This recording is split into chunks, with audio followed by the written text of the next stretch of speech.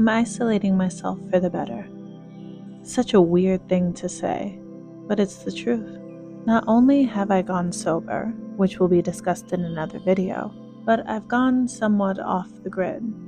You might be asking, why would you do such an insane, detrimental to your social life thing? Or you may not ask anything at all.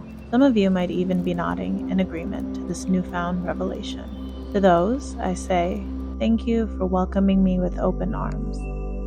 I haven't posted on one of my social medias in so long that I'm surprised it's still getting any traction. Sometimes I'll post a story or two, just so people can get a peek behind the curtain of my life. But other than that, I've been completely MIA. It feels nice.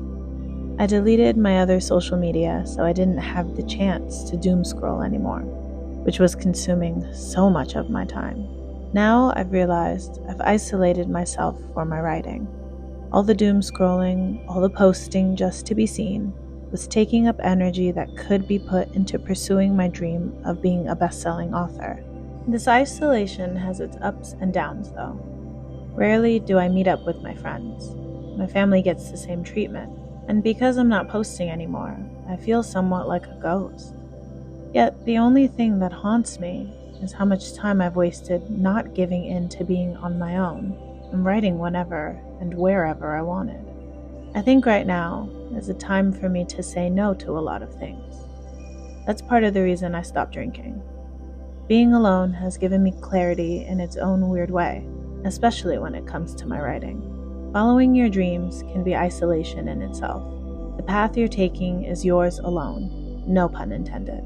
When you're screaming at the world to see you for what you want to become, it can sometimes feel like you're screaming into the void.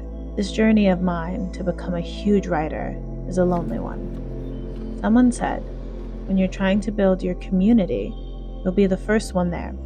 You'll be alone in this area while you wait for others to find you. And it's true. I resonated with that entirely. Friends and family will always be there to support you, but they won't actually be there physically, which is the hard part. In the beginning, you're going to have to be your own fan, your own motivator, and your own support until all those things have a chance to find you. It can be long and grueling work. Trust me when I say, the beginning is literally the test to see how badly you want it. The time will pass anyway, so make it worth it. It matters how you spend it. My isolation was self-inflicted because I wanted to rip the band-aid off to what I knew was going to happen anyway. Cutting myself out of being seen on social media was the first step. I saw that a lot of people wanted to support me, but most people, not all, just wanted to know what I was doing because why not?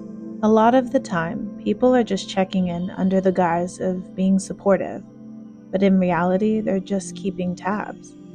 This isn't to say that I'm completely alone by choice. I have people in my corner, a select amount of people who I feel deserve to stand beside me and have insight into my process.